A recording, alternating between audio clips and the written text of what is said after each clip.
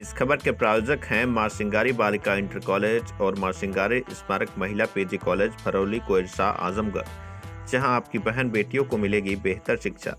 कला एवं विज्ञान वर्ग से स्नातक एवं पैरा स्नातक की कक्षाएं उपलब्ध हैं।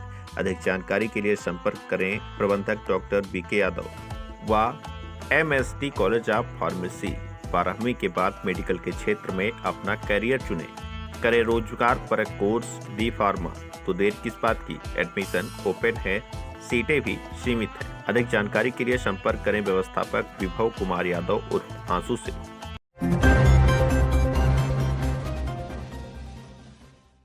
आजमगढ़ में जल्द ही लोकसभा चुनाव के लिए वोटिंग पड़ना है। इसके लिए सभी प्रत्याशी जोर शोर से अपनी अपनी तैयारियों में जुटे हैं। मतदाताओं को लोग तरह तरह से अपनी ओर आकर्षित करने का प्रयास कर रहे हैं।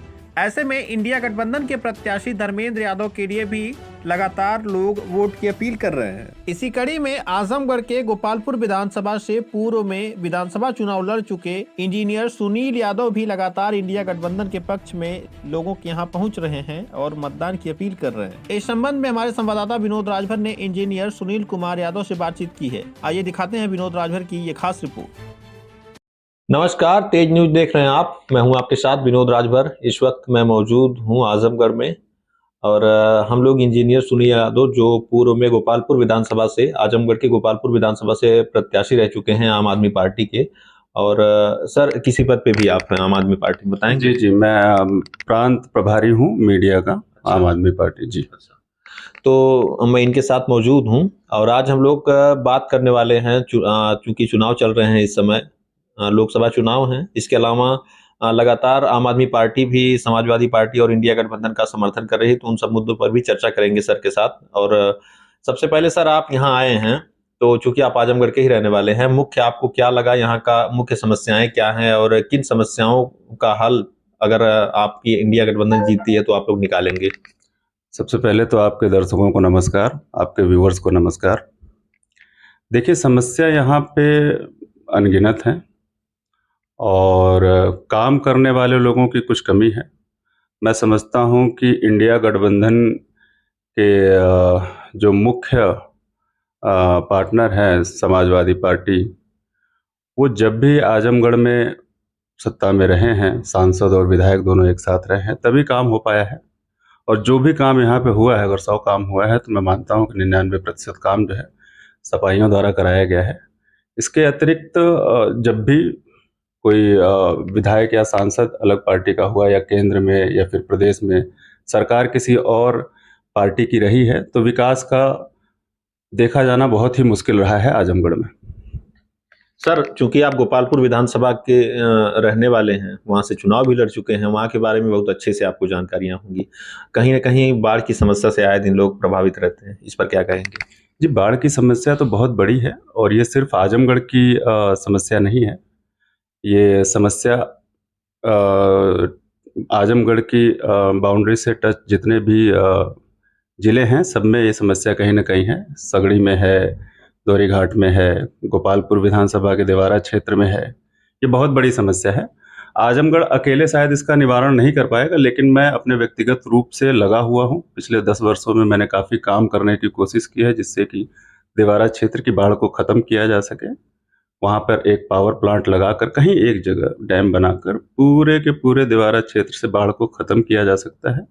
और मैं समझता हूँ बाढ़ को नियंत्रित करने के लिए या फिर बाढ़ पीड़ितों के सहयोग में कुछ काम करना के लिए कोई इच्छुक हुआ है तो माननीय मुलायम सिंह यादव जी इच्छुक रहे हैं। और बाढ़ की समस्या से बचाने के लिए जो बांध वगैरह का काम है, उस पर बहुत तेज़ी से कार्य उन्होंने किया है और उनके अतिरिक्त कोई काम करता हुआ दिखाई दिया नहीं है मुझे वहाँ पे। सर, आप चूंकि पूरे उत्तर प्रदेश के शायद मीडिया प्रभारी हैं, तो कहीं ना कहीं आप दिल्ली से भी जुड़ी चीजें जान रहे होंगे। जिस तरह से अरविंद केजरीवाल जी को जेल में डाला गया, इस पर आप क्या कहेंगे?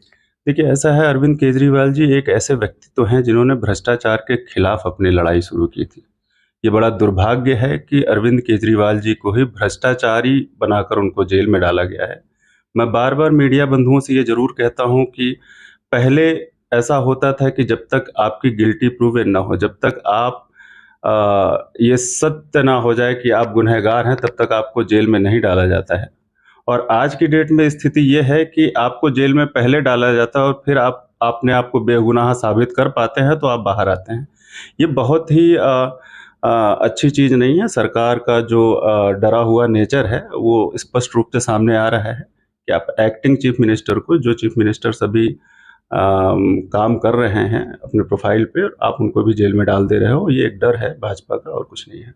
आजमगढ़ में क्या स्थिति रहने वाली? कल आपने कार्यक्रम किया था, इसके अलावा आप लगातार क्षेत्र में घूम रहे हैं, तो आपको कुछ ना कुछ लग ही रहा होगा। क्या लग रहा है आपको आजमगढ़ में? देखिए, मेरा ऑब्जर्वेशन ये है कि समाजवादी पार्टी के इंडिया गठबंधन के जो प्रत्याशी हैं माननीय धर्मेंद्र यादव जी, उनको मैं व्यक्तिगत रूप से भी जानता हूँ, उनसे काफ़ी मुलाकात हुई है। प्रगतिशील विचारधारा के व्यक्ति हैं और जब भी मैं घूम रहा हूँ समाज में, क्षेत्र में घूम रहा हूँ, तो मैं ये सुनिश्चित कर सकता हूँ कि धर्मेंद्र भाई कम से कम 1.5 लाख वोटों से जीत रहे हैं। हालांकि जनता चुनाव लड़ रही है, जनता कोशिश में है कि उनको इतना वोट दिया जाए कि पूरे भारत में इतने डिफरेंस से कोई ना जीते। एक रिकॉर्ड तोड़ मतों से जिताने की कोशिश हो रही है और ये संभव भी होने वाला है। अच्छा, निरहुआ जी ने अभी ज़्यादा दिन नहीं हुआ है, कुछ ही दिन पहले एक बयान दिया था कि हमारे मुख्यमंत्री जी ने बच्चे नहीं पैदा किए हैं, मोदी जी ने बच्चे नहीं पैदा किए हैं। जनसंख्या तो हम लोग बढ़ा रहे हैं, आम लोग बढ़ा रहे हैं 5-5, 6-6 बच्चे। तो इस पर आपका क्या? मैंने कहा कि भाई या तो आप जिम्मेदारी लिया ना करें। आप अगर शादी करते हैं तो अपने परिवार को अनाथ छोड़कर नहीं जाना चाहिए। एक सेंस ऑफ इररिस्पॉन्सिबिलिटी है, गैर जिम्मेदाराना हरकत जिसे कहते हैं। आप अपनी बीवी को, अपनी अर्धांगिनी को घर में छोड़ के चले जाते हैं, तो ये मुझे नहीं लगता कि आप परिवार संभालने वाला कोई भी सोच आपके दिमाग में है। और माननीय योगी आदित्यनाथ जी को सिर्फ यही कहूँगा कि भाई परिवार चलाने के लिए, देश चलाने के लिए परिवार को समझना बहुत ज़्यादा ज़रूरी होता है, जिसका इमोशन शायद आपके अंदर नहीं है। ये सब बयान आप लोगों के मन से मुँह से शोभा देता नहीं। निरहुआ जी भी कल भी एक बयान दिए थे कि जो, चूंकि आप भी यादव हैं, और निरहुआ जी का बयान आया था कि पूरे उत्तर प्रदेश में या जहां भी जो यादव हैं, गैर यादव नहीं, जो यादव हैं, उनमें जो अखिलेश यादव जी का परिवार है, उनके अलावा किसी दूसरे यादव को टिकट नहीं दिया गया है। और समाजवादी पार्टी नहीं बल्कि परिवारवादी पार्टी हो चुकी है, उन्होंने ऐसा आरोप लगाया। तो इस पर आप कुछ कहना चाहेंगे? क्योंकि आप यादव हैं तो यादवों के लिए आप भी कहीं ना कहीं सोचते होंगे, इस पर क्या कहेंगे? देखिए, सबसे बड़ी बात, पहली बात तो मैं आपकी आखिरी बात पर टिप्पणी दे दूं। मैं यादव जरूर हूं जी, लेकिन उससे भी पहले मैं आजमगढ़ का बेटा हूं और मुझे आजमगढ़ का विकास करने में बहुत ही मज़ा आ रहा है और आता रहेगा। रही बात निरहू जी के बात की, तो उनको ये बात ना पहले अमित शाह जी से पूछना चाहिए, है ना। और अगर आपके परिवार में, मैं आप पूछता हूँ, अगर आपके परिवार में आपका बेटा अगर ऐसा निकल जाता है जो समाज सेवा में बहुत आगे बढ़ सकता है, कर सकता है, लोगों की मदद कर सकता है, संसद में अपनी बात रख सकता है, शिक्षित है, तो उसे आगे मौका मिलना चाहिए।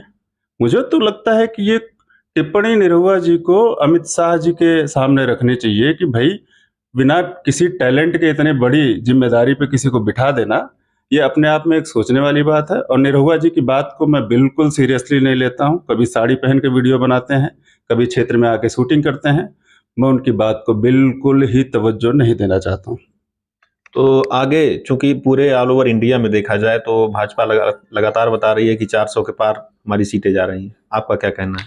सर, इनके पुराने बयान ना आप रिकॉर्ड जो है इनके उठा के देखो। जहाँ पे ये बोलेंगे 60 से पार जाने वाले हैं, वहाँ पे क्या आया? जहाँ पे 100 बोला है, वहाँ पे क्या आया?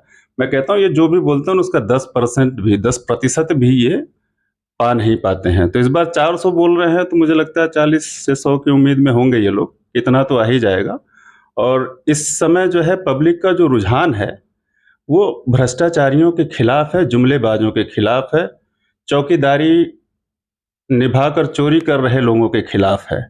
इस देश के लाखों करोड़ों रुपए का घोटाला करने वाले लोगों को, देश से भगा देने वाले को हम कतई वापस नहीं लाने वाले हैं।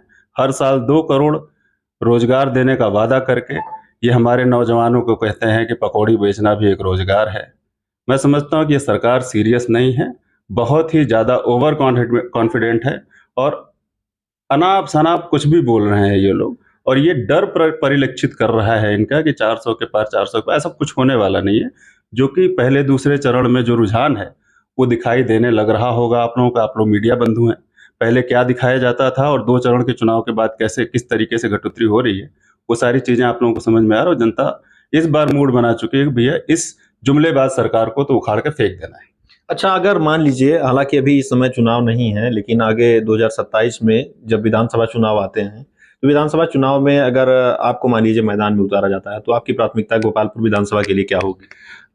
मेरी प्राथमिकता गोपालपुर विधानसभा के लिए, मैं बता दूं, जो पिछले कुछ समय से मैं काम कर रहा हूं, तो बाढ़ के लिए एक समस्या है जो सिर्फ गोपालपुर से सीमित नहीं है, गोपालपुर का भी भला उसमें होने वाला है। दूसरा, कुछ बंजर पड़ी हुई ज़मीनों का इंडस्ट्रियलाइजेशन करना है।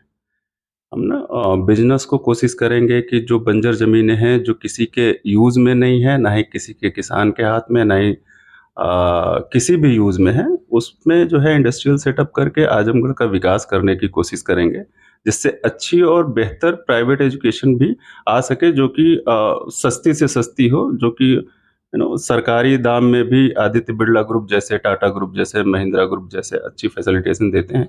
तो अगर वो आ जाते हैं तो मुझे लगता है कि विकास स्वतः चल जाएगा। बाकी ये दोनों ही कार्य निपटा देने से अधिकतम विकास संभव हो जाएगा। इस पे मैं जोर देने की कोशिश करूँगा। सड़कें कैसी हैं आपके क्षेत्र की? चूंकि आप लगातार घूम रहे हैं क्षेत्र में, तो सड़कों से ही चलते होंगे, जाहिर सी बात है। तो कैसी सड़कें हैं? देखिए, विधानसभा में जो निधियाँ होती हैं, जो कार्य क्षेत्र होते हैं, सिर्फ एक विधायक का नहीं होता है, एक प्रमुख भी होता है, एक महाप्रधान के भी आता है, और जो पंचायत के चुनाव होते हैं उसमें भी काफ़ी निधियाँ जाती हैं। तो इस तरीके से कंबाइंडली गोपालपुर विधानसभा की सड़कों के बारे में मैं नहीं कह सकता हूँ, क्योंकि वो कुछ भाजपा के लोग भी हैं उसमें जो अच्छा काम नहीं कर रहे हैं, कुछ लोग ऐसे भी हैं जो निर्दलीय भी हैं, कुछ जो नगर पंचायत के चुनाव भी जीते हैं वो भी भाजपा समर्थन से जीते हैं। तो मुझे लगता है कि जहाँ तक विकास, मैं फिर से रिपीट कर रहा हूँ कि अगर मैं पूरे आजमगढ़ में या गोपालपुर में विकास का कोई कार्य देख पा रहा हूँ जिसमें नींव अगर किसी ने रखी है और उसको आगे किया जा रहा है, तो वो माननीय मुलायम सिंह यादव, अखिलेश यादव और समाजवादियों द्वारा किया गया था। और बाकी कुछ कार्य योजनाएं ऐसी हैं जो कि भाजपा सरकार के नुमाइंदों द्वारा या फिर उनके पदाधिकारियों द्वारा किया जा रहा है, उसमें थोड़ी बहुत गड़बड़ तो है। मतलब एक तरह से पूरे गोपालपुर के बारे में कंक्लूसिव तो मैं नहीं बता पाऊंगा, बट हाँ, सड़कें कुछ हद तक ठीक हैं। वो सड़कें जो समाजवादियों ने बनाई हैं काफ़ी अच्छी बनाई हैं। अच्छा, यहाँ आजमगढ़ में निरहुआ जी कहते हैं कि हमने विकास किया है। पिछले दिनों सपा की सरकार थी, उन्होंने कुछ नहीं किया है। अभी आजमगढ़ में हम ले लें, उन्होंने कहा कि हम विश्वविद्यालय बनवाए हैं, उन्होंने कहा कि हम एयरपोर्ट बनवाए हैं। तो इस पर आपका क्या कहना है? एयरपोर्ट उन्होंने नहीं बनवाया है। मैं कह तो रहा हूँ कि अपने शूटिंग से और अपने जो है कि चरित्र से थोड़ा बाहर आके समाज की तरफ देखकर सोचें। एयरपोर्ट उनके द्वारा नहीं बनाया गया है, और विश्वविद्यालय कैसे बन रहा है इसमें मुझे नहीं लगता बहुत ज़्यादा कमेंट की मेरी ज़रूरत है, क्योंकि सब कुछ साफ है। एक विश्वविद्यालय का पैसा खत्म करके आप दूसरा पॉलिटिकल कार्यक्रम की वजह से आप एक विश्वविद्यालय का नींव रख रहे हो। क्या उस विश्वविद्यालय को ज़रूरत नहीं थी लोगों की? वो चल नहीं रहा था। आजमगढ़ को अगर ज़रूरत है तो आप सरकार के फंड से आप लाओ, विश्वविद्यालय बनाने की कोशिश करो। लेकिन आप एक एग्जिस्टिंग यूनिवर्सिटी का पैसा खाली करके कहीं और डालने की कोशिश, चुनावी प्रोपेगेंडा है और कुछ नहीं। इसके अतिरिक्त भाजपा की कोई मंशा नहीं है। मुझे नहीं लगता कि इस बात में कोई वजूद है। ठीक, धन्यवाद सर। हमने यहाँ पर जो है बातचीत की है, जो इंजीनियर सुनील यादव जी हैं, गोपालपुर विधानसभा से विधानसभा चुनाव लड़ चुके हैं और अच्छा खासा वोट इन्हें मिला था। तो हमने इनसे बातचीत कर ली है और आगे भी हमारी बातचीत का सिलसिला लगातार अन्य नेताओं के साथ जारी रहेगा। आप जुड़े रहिए तेज न्यूज़ के साथ। धन्यवाद।